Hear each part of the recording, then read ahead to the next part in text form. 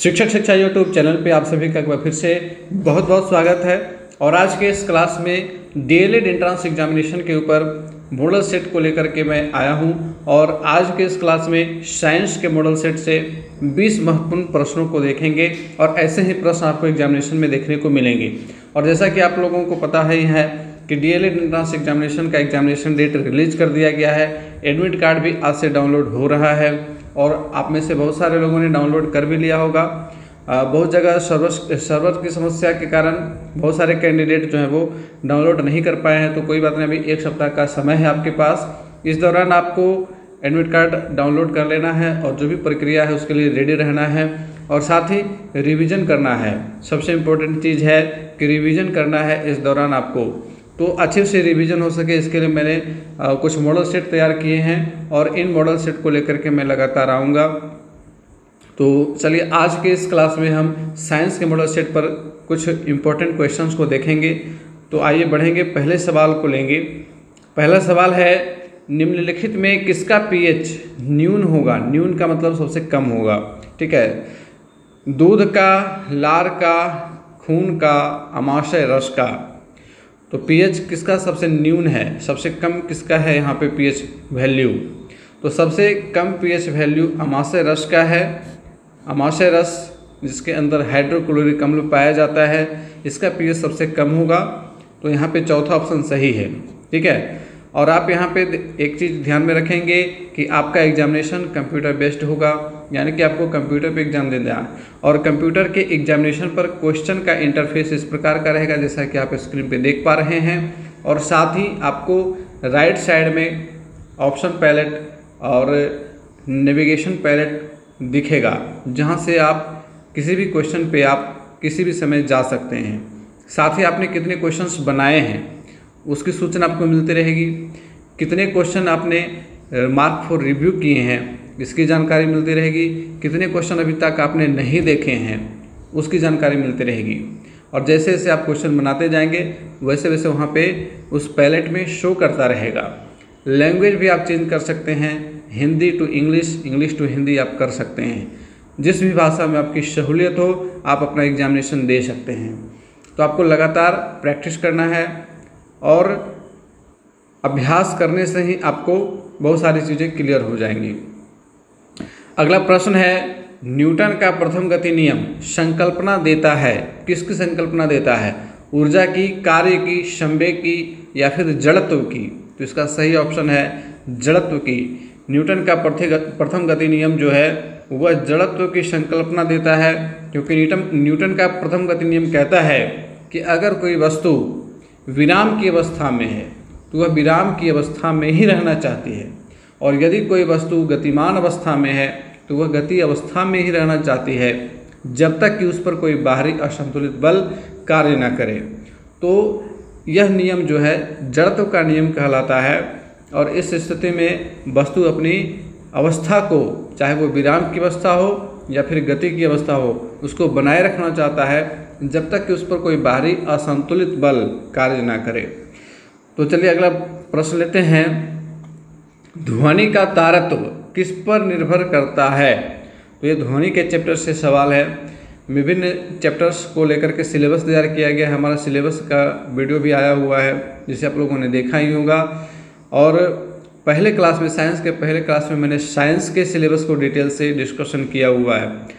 तो वहाँ पे मैंने ये सारा कुछ डिटेल से डिस्कस किया हुआ है कि कौन से चैप्टर से आपको कौन सा टॉपिक पढ़ना है और कहाँ से सवाल पूछे जाएंगे। तो अगर आपने सिलेबस को अच्छे से पढ़ा है और उसके अकॉर्डिंग तैयारी की है, मैंने पहले ही आप लोगों को कहा था कि क्लास 9 और क्लास 10 के बुक से आपको प्रैक्टिस करना है। और उसके अलावा रीजनिंग का चैप्टर बच जाता है, तो रीजनिंग के लिए आपको किसी अच्छी किताब से रीजनिंग की तैयारी कर लेनी है, तो आपकी अच्छी तैयारी हो जाएगी। और चूँकि निगेटिव मार्किंग रहेगा, तो नेगेटिव मार्किंग रहने के कारण आपको सोच समझ कर के आंसर देना है। बिल्कुल हड़बड़ाहट में आंसर नहीं करना है।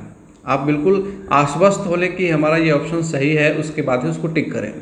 और अगर कभी बाई मिस्टेक गलत टिक हो जाता है तो जैसा कि मैंने बताया है कि इसमें क्लियर का ऑप्शन दिया हुआ रहता है, क्लियर बटन रहेगा और इस बटन पे आप क्लिक करेंगे तो आपका ऑप्शन क्लियर हो जाएगा।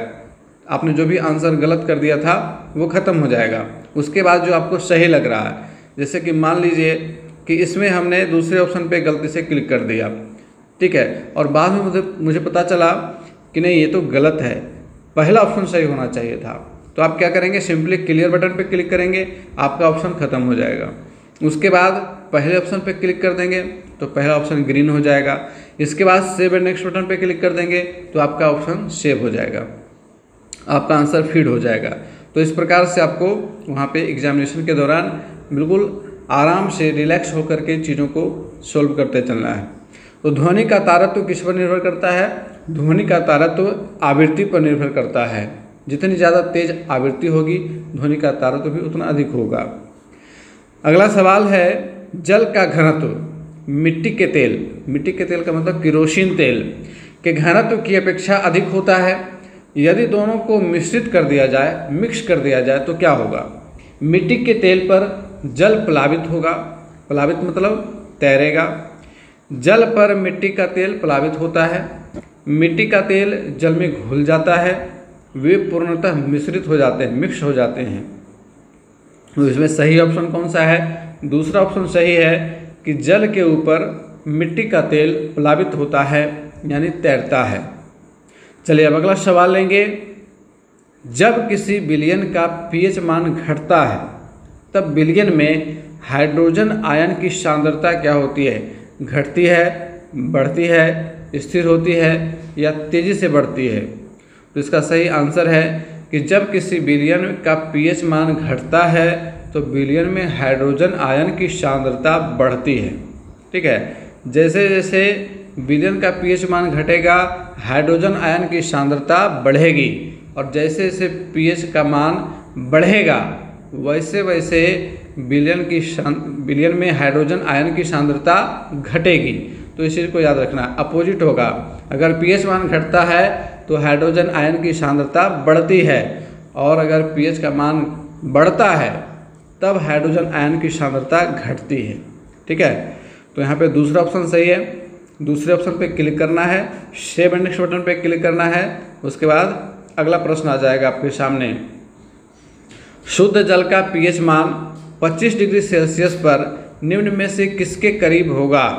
0, 7, 2, 9। तो यहाँ पे सही आंसर होगा दूसरा 7। शुद्ध जल का पीएच मान 7 के लमसम होता है। चलिए अगला सवाल लेंगे। वाहन चालन हेतु पार्श्व दृश्य दर्पण होता है, मतलब वाहन चालक के बगल में जो दर्पण लगा होता है वो कौन सा होता है?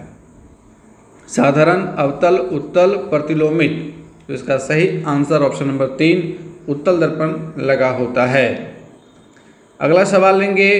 प्रत्यावर्ती धारा को दिष्ट धारा में किसके द्वारा बदला जाता है? एसी करंट को डीसी करंट में किसके द्वारा बदला जाता है? ट्रांसफार्मर द्वारा, डायनेमो द्वारा, दोलक के द्वारा या फिर आर्मेचर के द्वारा? तो इसका सही ऑप्शन है ऑप्शन नंबर 2 डायनेमो के द्वारा। डायनेमो जिसका आविष्कार माइकल फैराडे ने किया था, यह प्रत्यावर्ती धारा को दिष्ट धारा में बदल देता है। तो दूसरा ऑप्शन हमारा सही है। दूसरे ऑप्शन पे क्लिक करेंगे, सेव एंड नेक्स्ट बटन पे क्लिक करके आगे बढ़ेंगे। अगला सवाल है, इनमें से कौन कोशिका के केंद्रक में पाया जाता है? कोशिका के केंद्रक में पाए जाने वाले कोशिकांग कौन हैं? क्रोमोसोम, लाइसोसोम, राइबोसोम, इनमें से कोई नहीं। तो इसका सही ऑप्शन है ऑप्शन नंबर 1 क्रोमोसोम। क्रोमोसोम कोशिका के केंद्रक में पाया जाता है। तो यहाँ पहला ऑप्शन हमारा सही है। चलिए अगला सवाल लेंगे। अम्ल वर्षा वायु में किसके अधिक सांद्रण के कारण होती है? कौन सी गैसें जब वायु में अधिक बढ़ जाती हैं, उनका सांद्रण ज़्यादा हो जाता है तो अम्ल वर्षा होती है, एसिड रेन। ऑप्शंस आप देख रहे हैं, CO और CO2, SO2 और NO2, ओजोन और धूल, H2 और CO। तो इसका सही ऑप्शन है ऑप्शन नंबर 2 SO2 और NO2, ठीक है। SO2 और NO2 ये दो ऐसी गैसें हैं जिसके अधिक सांद्रण के कारण अम्ल वर्षा होती है। अम्ल वर्षा जो है वो सल्फ्यूरिक एसिड और नाइट्रिक एसिड के रूप में होती है। तो SO2 और NO2 की सांद्रता बढ़ने से अम्ल वर्षा होती है। दूसरा ऑप्शन हमारा सही है। आगे बढ़ेंगे। अगला सवाल, एंजाइम्स क्या होते हैं? एंजाइम्स क्या होते हैं? ऑप्शंस हैं कार्बोहाइड्रेट, वसा, प्रोटीन या फिर लिपिड। तो एंजाइम प्रोटीन होते हैं। एंजाइम का काम क्या होता है? तो एंजाइम के वैसे बहुत सारे काम हैं, लेकिन मुख्य रूप से इसका काम है भोजन का पाचन करना। तो तीसरा ऑप्शन सही है, प्रोटीन। अगला सवाल है, निम्न में से कौन एक लौह अयस्क है? लोहे के अयस्क में से आपको यहाँ ऑप्शन में से चुनना है कि कौन सा लोहे का अयस्क है। Haematite, bauxite, dolomite, cinnabar. तो यहाँ पे पहला ऑप्शन सही है, हेमेटाइट। हेमेटाइट लौह अयस्क है, बॉक्साइट एल्युमिनियम का अयस्क है, डोलोमाइट मैग्नीशियम का अयस्क है, शिनेबार ये पारा का अयस्क है। तो इस प्रकार से पहला ऑप्शन हमारा सही है। अगला प्रश्न, बादल किसका कोलाइडी परिक्षेपण है? बादल किसका कोलाइडी परिक्षेपण है? तो यहाँ पे ऑप्शंस देखेंगे, जल के परिक्षेपण माध्यम में वायु, जल के परिक्षेपण माध्यम में कोहरा, वायु के परिक्षेपण माध्यम में कुहासा, वायु के परिक्षेपण माध्यम में जल बिंदु। तो चौथा ऑप्शन ही सही है कि वायु के परिक्षेपण माध्यम में जल बिंदु ये बादल का कोलाइडी परिक्षेपण होता है। अगला प्रश्न है, जब एक ठोस पिंड को पानी में डुबाया जाता है तो उसके भार में कमी आ जाती है। यह कमी होती है। आप लोगों ने कभी फील किया होगा, अगर आपने कभी कुएं से पानी भरा होगा तो जब आप बाल्टी को कुएं के अंदर पानी की सतह के अंदर ले जाते हैं और वहाँ से उसको ऊपर खींचते हैं तो वो काफ़ी हल्की प्रतीत होती है। और उसके पीछे का कारण क्या है? उसके पीछे का कारण क्या है, ये आपको यहाँ पे सॉल्यूशन देना है। विस्थापित पानी के भार के बराबर कमी होती है, विस्थापित पानी के भार से कम होता है, विस्थापित पानी के भार से अधिक होता है, या फिर विस्थापित पानी के भार से संबंधित नहीं होता है। तो इसमें सही ऑप्शन है कि विस्थापित पानी के भार के बराबर होता है। जो कमी हम देखते हैं, एक बाल्टी को हमने अगर डुबाया है या किसी पत्थर को बांध करके आप एक प्रैक्टिकल भी आप करके देख सकते हो कि अगर आप किसी बर्तन में पूरा पानी भर लें और एक पत्थर को पहले आप उसका वजन कर लें, उसके बाद आप उसको किसी धागे से बांध लें और उसके बाद उस पत्थर को उस पानी में डालें, तो पत्थर तो पानी में डूबेगा, लेकिन डूबने के साथ ही साथ वह जल को विस्थापित भी करेगा, जल को हटाएगा भी। तो जो जल को वो हटाया उस भार को वजन कर लें, वह वजन जितना है उतने ही भार पत्थर का कम हो जाएगा। ठीक है, यह कमी जो है, जो हमने किसी भी वस्तु को जब किसी द्रव के अंदर डाला और उसके भार में जो आभासी कमी आई, तो यह कमी उस वस्तु के द्वारा विस्थापित द्रव के भार के बराबर होती है। इस सिद्धांत को आर्किमिडीज का सिद्धांत कहते हैं। और वह बल जो किसी वस्तु को द्रव में हल्की प्रतीत कर देती है उसे उत्प्लावन बल कहते हैं। तो यहाँ पे पहला ऑप्शन हमारा सही है और यह सिद्धांत जो है वो आर्किमिडीज के सिद्धांत पर आधारित है और आर्किमिडीज के सिद्धांत को भी हम लोगों ने समझ लिया है।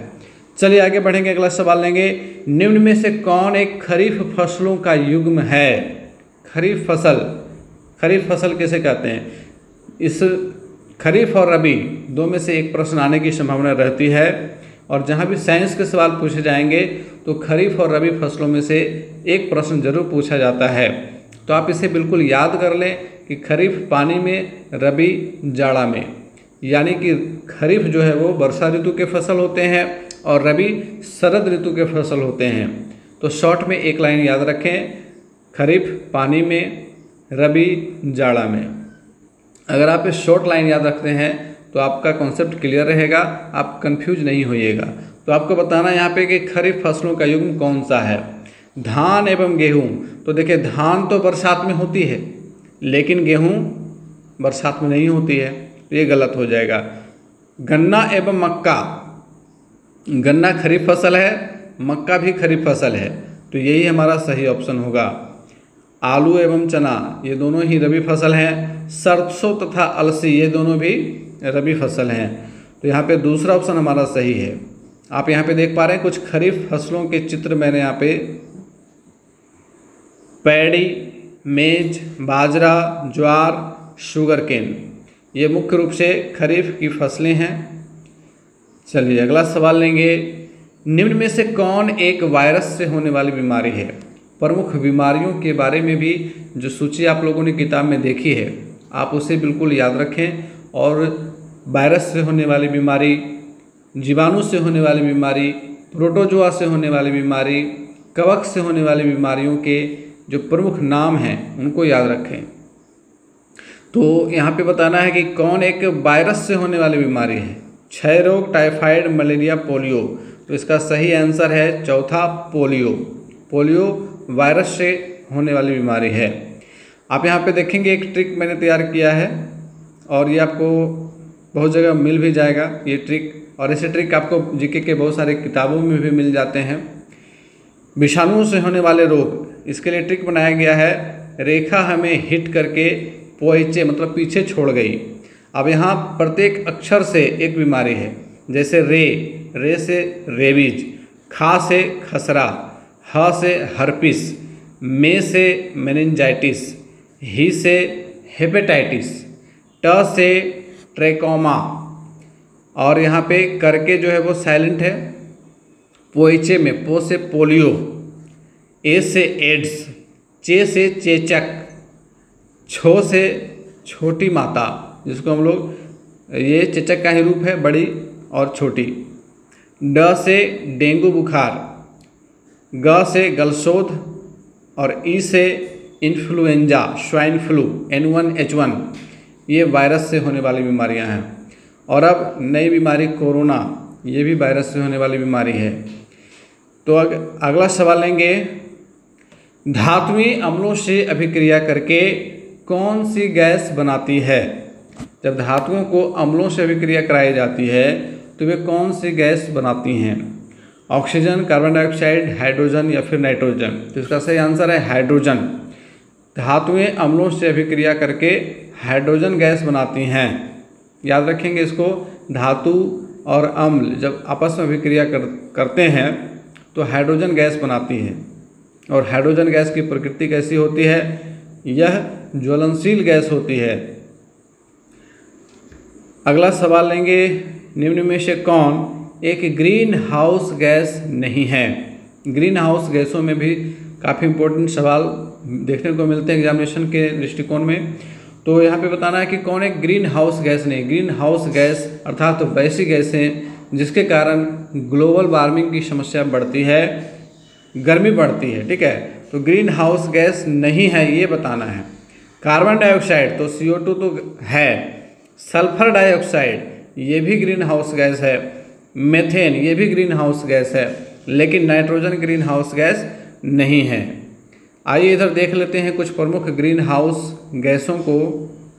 Carbon dioxide, methane, halocarbons, ozone, nitrous oxide, ये कुछ प्रमुख ग्रीन हाउस गैसेस हैं। और इनमें एक दो ग्रीन हाउस गैसेस और भी हैं। साथ ही जल वाष्प भी ग्रीन हाउस इफेक्ट उत्पन्न करता है। तो इस चीज़ को याद रखेंगे आप। ग्रीन हाउस गैसेस का एक डायग्राम यहाँ पे दिखाया गया है।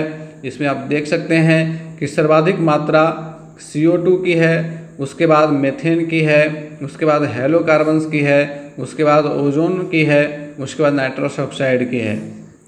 अगला सवाल लेते हैं। सबसे अधिक सक्रिय धातु कौन सी है? पोटेशियम, सोडियम, तांबा या फिर सोना? तो यहाँ पे सबसे अधिक सक्रिय धातु पोटेशियम है और सबसे कम सक्रिय धातु सोना है। दोनों ही धातु यहाँ पे ऑप्शन में दी गई हैं, पोटेशियम।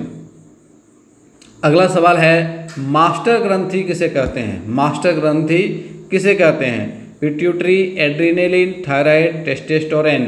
तो इसमें सही आंसर है मास्टर ग्रंथि पिट्यूटरी ग्रंथि को कहते हैं। और इसको याद रखने के लिए आप याद रखें पीयूष सर, पीयूष सर, क्योंकि पिट्यूटरी का हिंदी नाम पीयूष होता है, पीयूष ग्रंथि। ठीक है, तो जब आप याद रखेंगे पीयूष सर, सर का मतलब मास्टर हो गया, या PT मास्टर भी याद रख सकते हैं। PT का मतलब पिट्यूटरी और मास्टर मास्टर ग्रंथि से संबंधित है। तो इस प्रकार से कुछ न्यूमोनिक्स आप बना सकते हैं जो कोरिलेट करता हो किसी खास टॉपिक को याद रखने के लिए, जिससे क्या होगा कि जब भी ऐसा प्रश्न आपके सामने आएगा तो जो न्यूमोनिक्स आपने दिमाग में तैयार किया हुआ है वो वहाँ पे क्लिक कर जाएगा और वो चीज़ें आपको झट से याद हो जाएंगी। तो न्यूमोनिक्स बनाने का भी अपना अपना ट्रिक होता है, आप अपनी सुविधा अनुसार से ट्रिक बना सकते हैं। तो आज के इस क्लास में हम लोगों ने 20 प्रमुख सवालों को देखा। आप यहाँ पे पिट्यूटरी ग्रंथि को देख सकते हैं। इस प्रकार से हमारे मस्तिष्क में पिट्यूटरी ग्रंथि स्थित होती है। ये पिट्यूटरी ग्रंथि यहाँ पे एकदम छोटी सी ग्रंथि है और ये मास्टर ग्रंथि कहलाती है, क्योंकि ये सारे हार्मोन्स को कंट्रोल करती है। ठीक है, इसीलिए इसको मास्टर ग्रंथि कहा जाता है। तो आज के इस क्लास में 20 महत्वपूर्ण प्रश्नों को हम लोगों ने डिस्कस किया। आगे भी मेरी कोशिश रहेगी जितना ज़्यादा संभव हो सके आप लोगों के लिए मेहनत करी जाए। और आगे मैथ्स के भी सवाल तैयार हो चुके हैं, मैथ्स के ऊपर क्लासेस आ जाएंगे, मॉडल सेट ही आएगा, पूरा डिटेल क्लास तो संभव है नहीं। और जितना संभव हो सकेगा इस एक सप्ताह में मैं रिवीजन कराने की पूरी कोशिश करूंगा। 5 सितंबर तक मेरा एग्ज़ाम चल रहा था, इस वजह से मैंने आप लोगों के लिए क्लास नहीं ला पाया और इसका मुझे बेहद अफसोस है। लेकिन अब जितनी संभव हो सकेगी मेरी ओर से पूरी कोशिश रहेगी। तो बने रहेंगे हमारे साथ और अपनी तैयारी को बिल्कुल अच्छी तरह से करते रहें। आप जितना ज़्यादा हो सके कम से कम 5 से 6 घंटा लगातार तैयारी में आप लगे रहें और बिल्कुल मेरे सिलेबस के अनुसार आप तैयारी करें। आप देखेंगे कि आपके एग्जामिनेशन में आपको बहुत सारे सवाल बिल्कुल आसान लगेंगे। मिलते हैं फिर से अगले क्लास में, तब तक के लिए गुड बाय, टेक केयर।